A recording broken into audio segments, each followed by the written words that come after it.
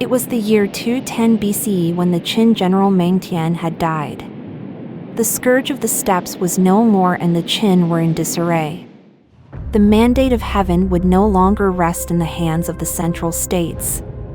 It would be thrust into the steppes and seized in blood by the one who they would one day call Oghuz Khan. But this was a time when the steppes were ruled by Kurultais, great councils of warlords and wise men. And the general who led the Huma went by the title of Tuman, the leader of 10,000. Tuman had neither wisdom nor courage. Yet he found himself leading the Huma during a time when they needed these qualities the most. The Taisi Kungsu records that Tuman belonged to the Hala-Yuntlug subtribe of the Oghuz. The subtribe's name was transcribed in late Han Chinese as Hialiante.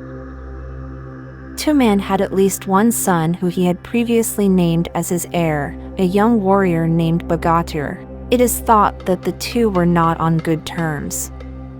So when Tuman's concubine gave birth to a new son, he immediately devised of a way to rid himself of Bağatur. As is tradition among weaker steppe entities, the Huma were required to provide noble hostages to their now more powerful rival, the Oghuz, an Aaronic people who were known as master horse breeders. Thus Bağatur was chosen as the hostage to be supplied. But no sooner had he arrived in their custody when Tuman suddenly gave the order to attack the Oghuz, hoping that they would kill his son in retaliation. As expected, they did try, but Bağatur was not fated to die that day. Killing his guards, he snuck into the Oghuz stables and stole one of their prized horses. Making a daring escape, he returned to his people a hero. In fact, his deeds impressed so many that Tuman was forced to acknowledge his son and entitle him as a Tuman, providing him his own regiment of soldiers. Bağatur was raised as a warrior during a time that the Huma were militarily weak. So it is not a surprise that he did not get along with his father, who he likely viewed as a coward for ceding so much of their territory. Tuman's attempt on his life was merely the tipping point for Bağatur, who saw in himself a different path for the Huma. Thus Bağatur immediately began training his new troops.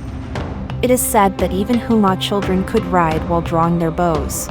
If Bağatur was to overcome his father, his forces needed to be more than just capable fighters, they needed to be loyal.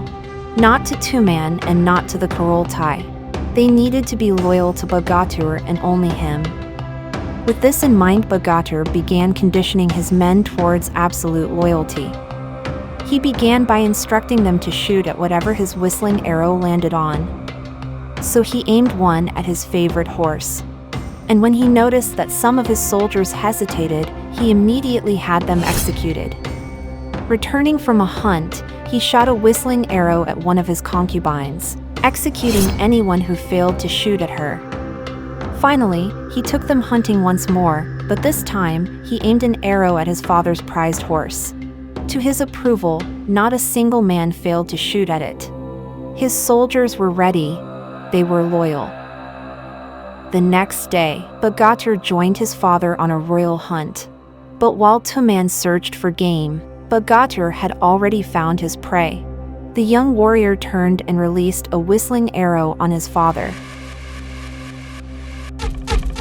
A mighty barrage of arrows buried Tuman where he stood. Bağatur wasted no time. He immediately executed his enemies among the Kurultai, as well as anyone who did not yield to his violent seizure of power. Finally, he had his father's concubine and newborn child murdered, thus ensuring no one could stand against him. The totality of the Huma bowed to him. And in 209 BCE he reorganized the Confederacy into an empire and declared himself Darğa, the Emperor of the Steppes.